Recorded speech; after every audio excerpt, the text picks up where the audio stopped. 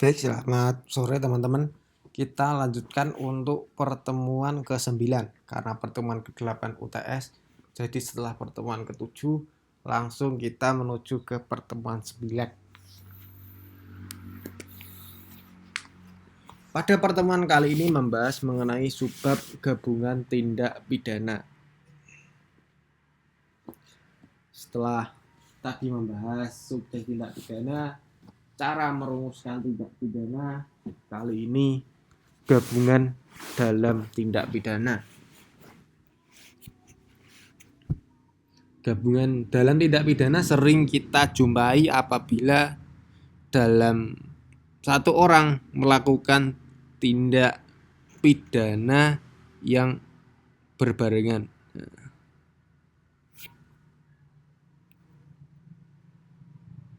Nah, sebelum melangkah lebih jauh, patut kita mengetahui apa itu pengertian dari gabungan tindak pidana.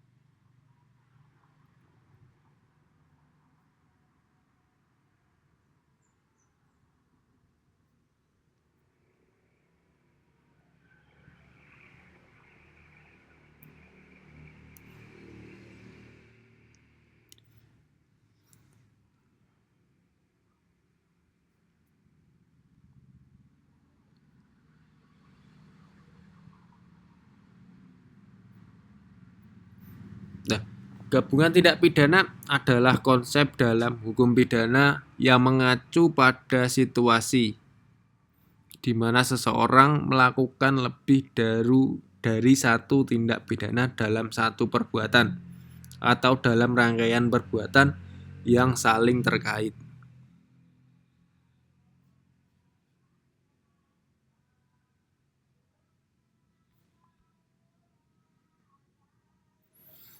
Dalam istilah hukum, ini berarti bahwa ada beberapa tindak pidana yang dilakukan oleh seseorang baik dalam waktu yang bersamaan, berturut-turut atau sebagai bagian dari satu rangkaian peristiwa yang saling berhubungan.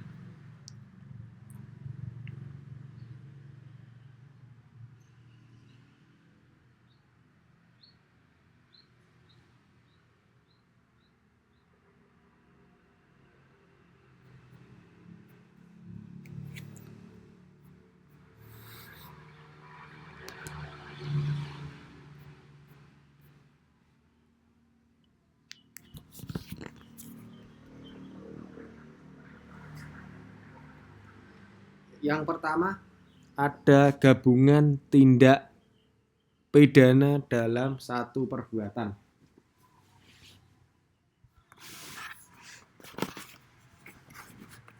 Atau bisa dikenal dengan istilah compus offense. Ini terjadi ketika seseorang melakukan beberapa tindak pidana dalam satu perbuatan atau kejadian yang sama.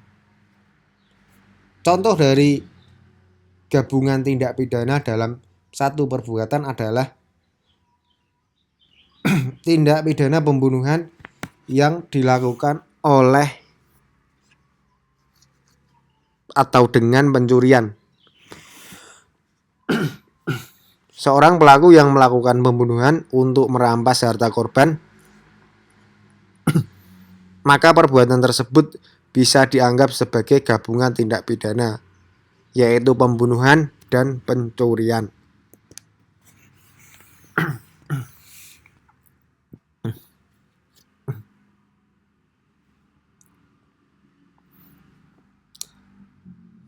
Yang kedua, ada gabungan tindak pidana dalam rangkaian perbuatan, series of offense. Ini merujuk pada serangkaian tindakan yang dilakukan oleh pelaku dalam periode waktu tertentu, yang masing-masing merupakan tindak pidana terpisah, tetapi memiliki kaitan atau hubungan sebab akibat antara satu tindak pidana dengan tindak pidana lainnya. Contohnya adalah penggelapan, yang dilakukan berulang kali, misalnya mencuri uang dari perusahaan secara bertahap, yang tiap perbuatan penggelapan tersebut merupakan tindak pidana yang terpisah tetapi membentuk sebuah pola tindakan yang berkelanjutan.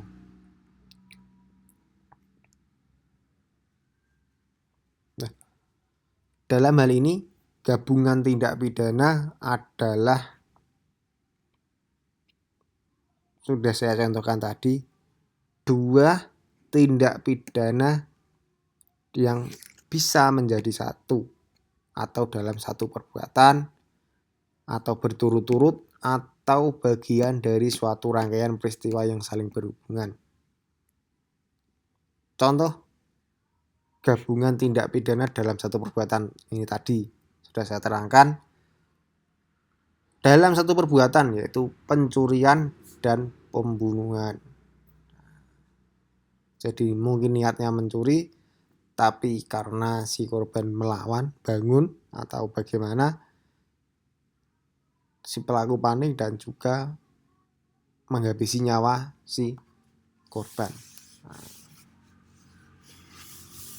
Itu dalam satu perbuatan, jadi dalam satu rangkaian peristiwa. Kalau gabungan tindak pidana dalam rangkaian perbuatan, dalam hal ini merujuk pada perbuatan yang dilakukan secara tenggang waktu atau periode waktu tertentu.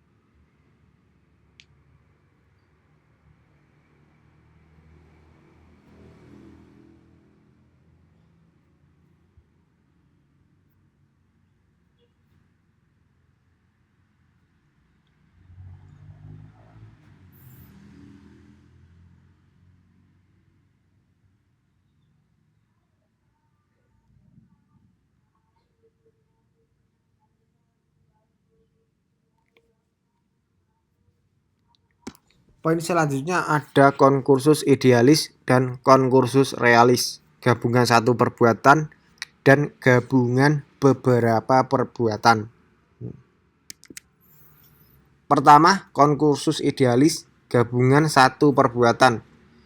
Konkursus idealis adalah istilah yang merujuk pada situasi di mana seorang melakukan lebih dari satu tindak pidana dalam satu perbuatan yang sama. Dalam konteks ini, meskipun ada beberapa jenis tindak pidana yang dilakukan oleh pelaku, semua tindak pidana tersebut dianggap sebagai bagian dari satu perbuatan atau satu kejadian yang sama. Oleh karena itu, meskipun ada gabungan tindak pidana, pelaku hanya dikenakan satu hukuman yang mencerminkan keseluruhan tindakan yang dilakukan.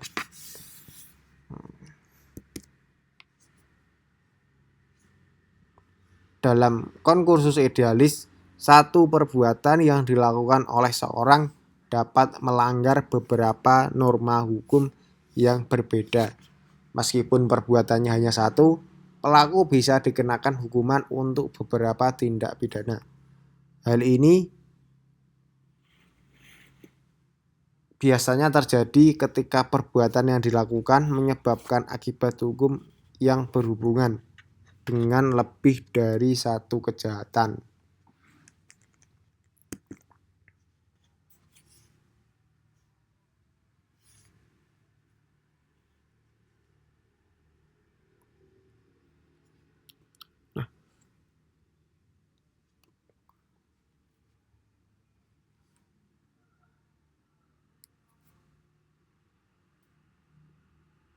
Konkursus idealis sendiri memiliki beberapa prinsip. Yang pertama, satu perbuatan banyak tindak pidana. Meskipun perbuatannya hanya satu, ada beberapa tindak pidana yang terjadi dalam satu perbuatan. namun pelaku hanya dikenakan satu hukuman yang mencakup seluruh tindak pidana yang dilakukan.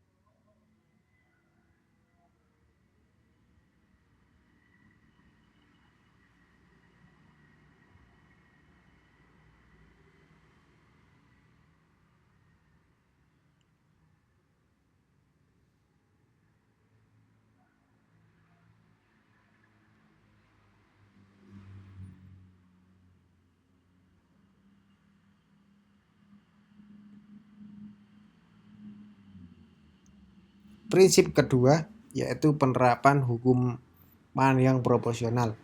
Dalam hal ini pengadilan biasanya akan memilih hukuman berdasarkan tindak pidana yang lebih berat. Meskipun ada satu tindak pidana, hukuman yang dijatuhkan tidak boleh lebih berat dari hukuman tindak pidana.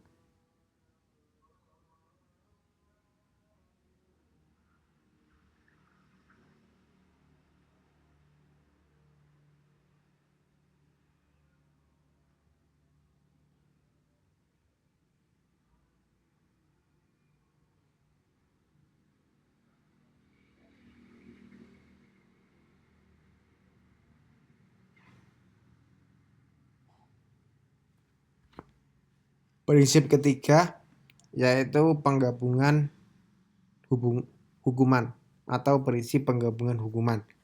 Dalam hal ini pelaku bisa dijatuhi hukuman untuk setiap tindak pidana, tetapi hukuman yang dijatuhkan bersifat kumulatif atau penggabungan hukuman dengan mempertimbangkan perbuatan utama atau perbuatan tindak pidana yang utama lebih serius.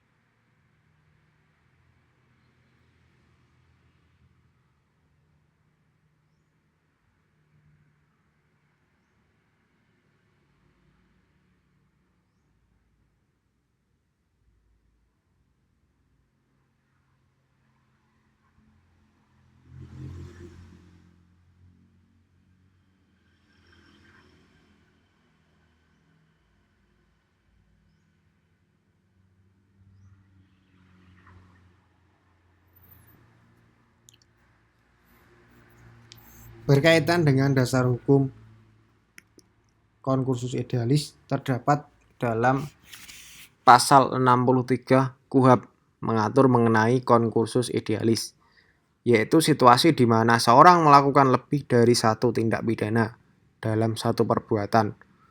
Dalam hal ini, pelaku tidak dikenakan hukuman untuk setiap tindak pidana terpisah, melainkan dihukum berdasarkan tindak pidana yang paling berat.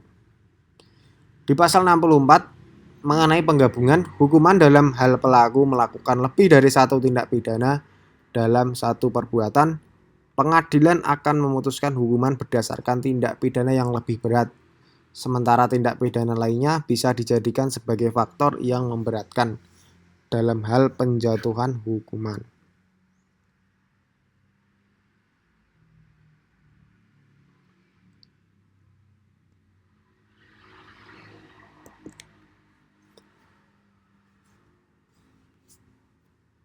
Contoh kasus dari konkursus idealis adalah kasus pembunuhan dan pencurian dalam satu perbuatan. Seorang pria inisial A merencanakan untuk mencuri harta milik seorang wanita. Korbannya B yang tinggal sendirian di rumahnya. A mengetahui B baru saja menerima sejumlah uang yang cukup besar dari keluarganya. Pada malam hari, A masuk ke rumah B dengan tujuan untuk mencuri uang tersebut. Ketika B terbangun, B ini berusaha melawan A sebagai pencuri.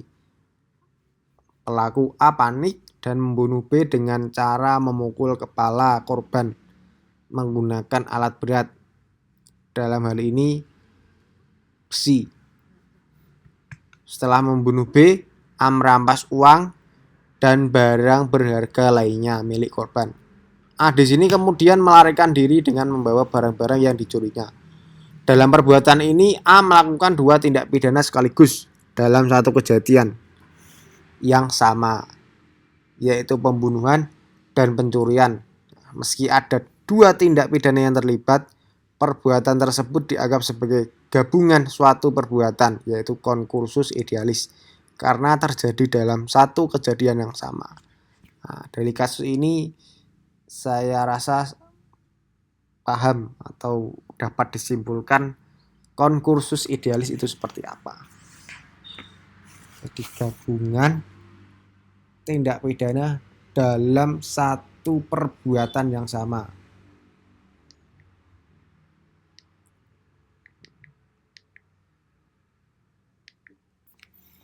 Nah, bisa dilihat sebentar gabungan tindak pidana dalam satu perbuatan yang sama. Di sini ada dua tindak pidana, yaitu pembunuhan dan pencurian. Namun terjadi di satu waktu yang sama. Ini inti dari konkursus idealis.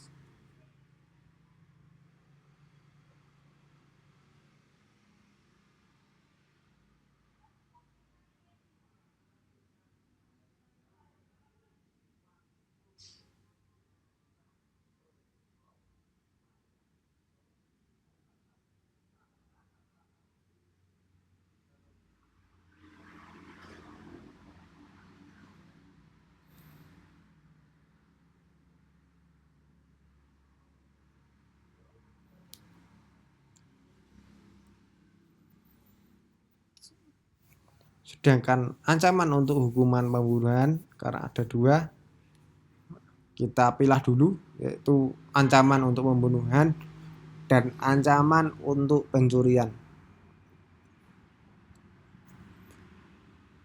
Dalam pembunuhan diancam dengan pasal 338 KUHP. Pembunuhan dengan sengaja diancam dengan pidana penjara paling lama 15 tahun. Untuk hal ini, karena pembunuhan dilakukan dalam konteks yang melibatkan pencurian, pengadilan atau hakim mungkin akan menilai beratnya tindakan A yang mengakibatkan kehilangan nyawa. Sedangkan ancaman untuk pencurian 362, A melakukan tindak pidana pencurian, hukumannya tidak dijatuhkan secara terpisah. Sebaliknya, hukuman untuk pembunuhan pasal di atas 338 akan menjadi hukuman utama dan tindak pidana pencurian bisa dijadikan sebagai faktor pemberat dalam menjatuhkan hukuman. Artinya dalam prakteknya A akan dituntut berdasarkan pembunuhan dengan mempertimbangkan bahwa tindak pidana pencurian yang dilakukan adalah bagian dari perbuatan tersebut.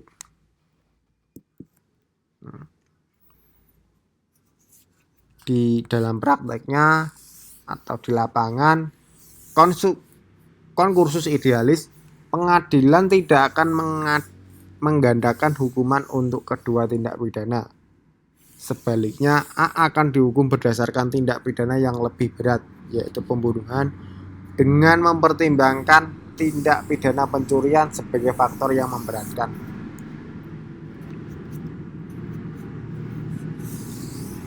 Dalam hal ini A bisa dijatuhi hukuman yang lebih berat daripada jika hanya dihukum untuk pembunuhan saja, mengingat pencurian dilakukan dalam rangka pembunuhan dan memperburuk perbuatannya.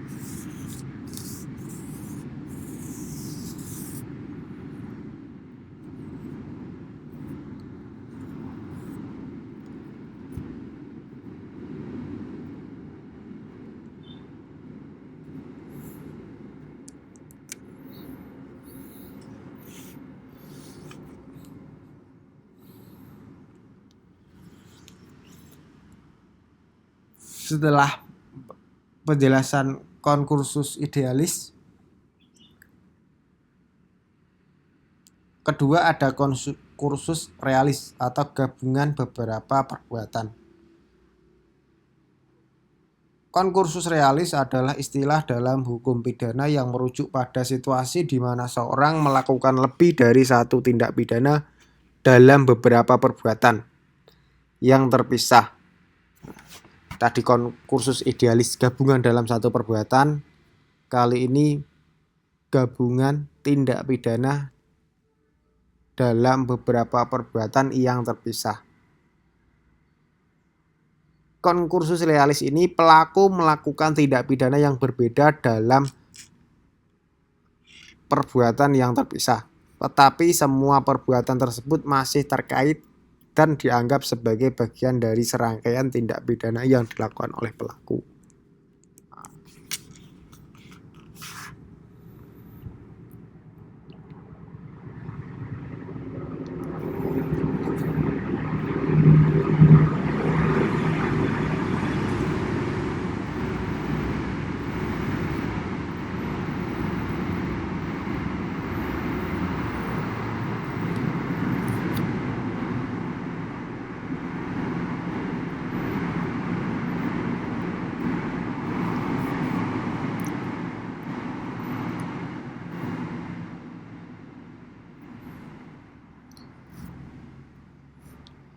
Ciri-ciri dari konkursus realis adalah beberapa perbuatan dalam tindak pidana yang dilakukan oleh pelaku lebih dari satu,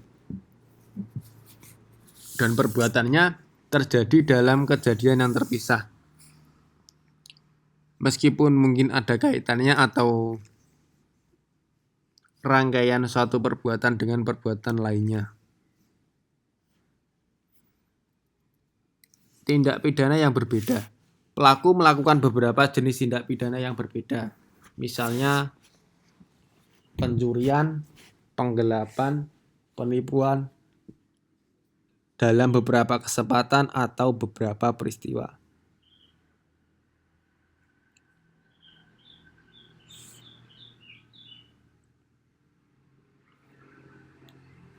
Ketiga, ada hukumannya digabungkan.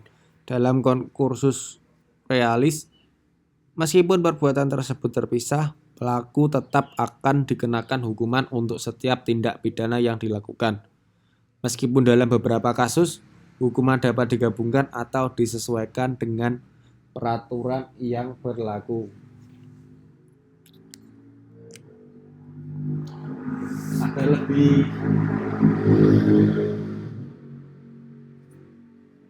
lebih paham, saya berikan contoh berkaitan dengan konkursus realis. Di sini ada beberapa tindak pidana. Ada pencurian, penggelapan, dan penipuan oleh seorang karyawan. Di sini seorang karyawan perusahaan, sebut saja Y, yang bekerja sebagai manajer keuangan di sebuah perusahaan manufaktur, melakukan tindak pidana terpisah dalam periode yang berbeda, namun saling terkait perbuatannya. Di bulan pertama, Y melakukan pencurian. Y di sini mencuri sejumlah barang dari gudang-gudang perusahaan.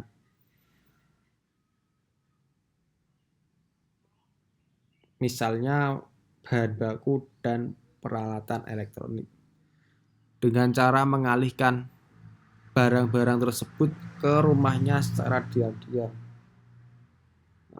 tindak pidana yang dilakukan Y di bulan pertama dikenakan dengan pasal 362 KUHP tentang bab pencurian. Di bulan kedua, Y melakukan penggelapan. Y sebagai manajer keuangan menggunakan aksesnya untuk menggelapkan sejumlah uang perusahaan sebesar 100 juta.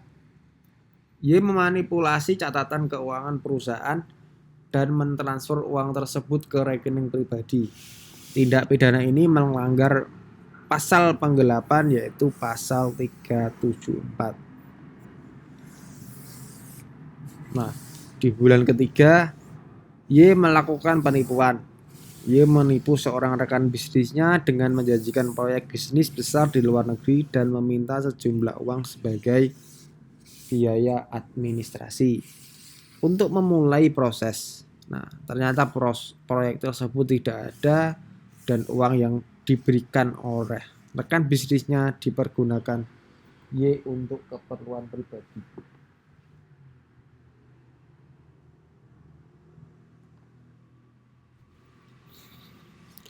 Tindak pidana Y yang dilakukan di bulan ketiga yaitu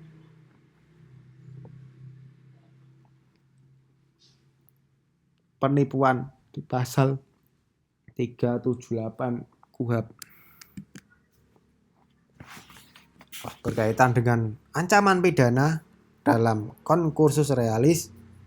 Y melakukan 3 tindak pidana yaitu pencurian, penggelapan, dan penipuan dalam beberapa perbuatan terpisah namun dalam waktu yang relatif dekat. Oleh karena itu, Y akan dikenakan hukuman untuk masing-masing tindak pidana yang dilakukannya. Dan pengadilan akan menghitung hukuman tersebut dengan cara menggabungkan hukuman atau kumulatif.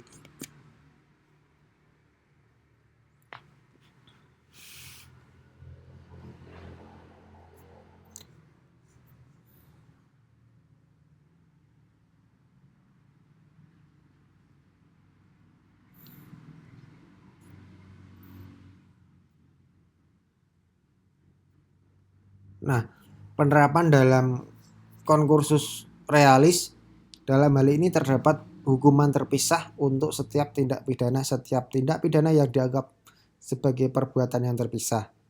Oleh karena itu, Y akan dihukum berdasarkan masing-masing tindak pidana yang dilakukannya. Dalam pencurian, Y dihukum maksimal 5 tahun, penggelapan maksimal 5 tahun, dan penipuan maksimal 4 tahun penjara. Di bagian penggabungan hukuman atau kumulasi, setelah menghukum Y untuk setiap tindak pidana terpisah, pengadilan akan memutuskan apakah hukuman yang akan dijumlahkan atau tidak. Secara umum, ketika seorang melakukan beberapa tindak pidana dalam beberapa perbuatan terpisah, konkursus realis, hukuman untuk masing-masing tindak pidana bisa digabungkan dalam penjatuhan hukuman kumulatif. Dalam hal ini, pengadilan akan menjatuhkan hukuman berdasarkan seluruh tindak pidana yang dilakukan. Misalnya Y dijatuhi 5 tahun untuk pencurian, 5 tahun untuk penggelapan, dan 4 tahun untuk penipuan. Maka total hukuman kumulatif yang dijatuhkan Y adalah jumlah dari semua hukuman tersebut yang mungkin bisa mencapai 14 tahun penjara. 14 tahun dari mana? Dari 5 tahun pencurian, 5 tahun penggelapan, dan 4 tahun untuk penipuan. Jadi 5 tambah 5 tambah 5 tambah 4.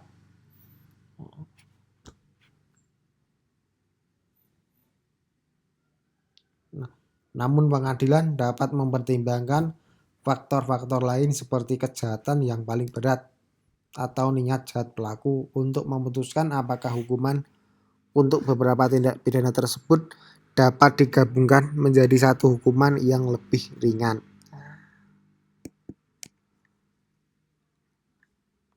Sekian untuk pertemuan ke-9. Kita lanjutkan untuk pertemuan ke-10.